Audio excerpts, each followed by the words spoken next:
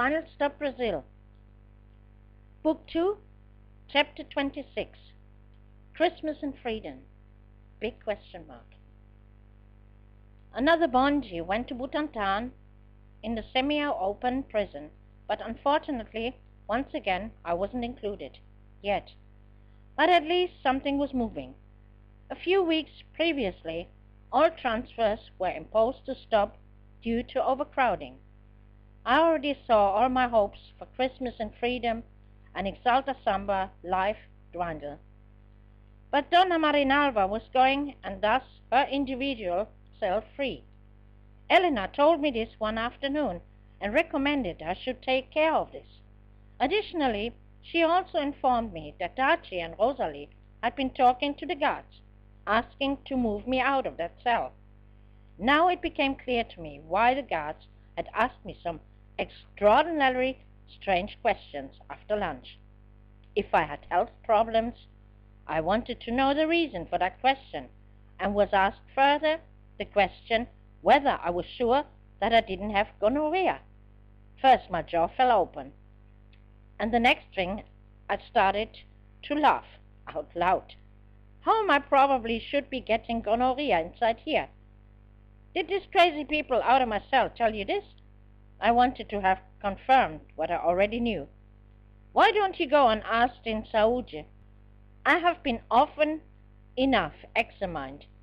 With that command, I just left the guards. Those two had thought up this story to get me out of the cell.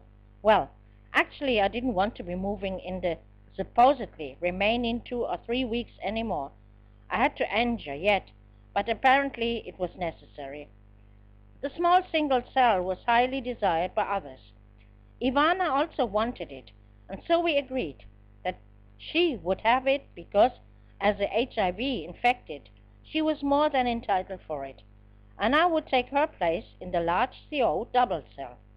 One half was shared by May, a young Thai woman, and Edith, an already older but nice Brazilian. The other half was for me alone. There were 3 beds in this half of the cell, but 2 of them could not be occupied because the rainwater came through the ceiling and shower water through the walls directly onto those beds. With May, I had absolutely no problem. She was a lovely young woman, nor with Edith. Unlike the others, she was normal, had only one mistake. If I went across to their half to watch TV, she began to talk and found no end. This, however, I could live with.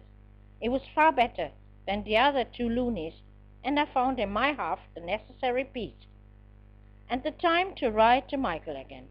My son really seemed to have forgotten that there was still a mother somewhere. I also pondered on Jefferson again. Did I really want to see him ever again? I began to wonder what it should be for. The Rita of 2005 no longer existed. I had changed a lot, and wanted only one thing: samba, pagode, Exalta Samba, and a man who shared this feeling with me. And here, Jefferson was the wrong person.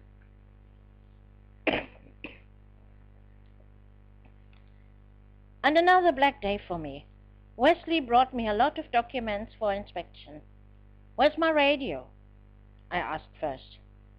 It is at the front in administration. Hope you put me on your visitors list. Didn't you?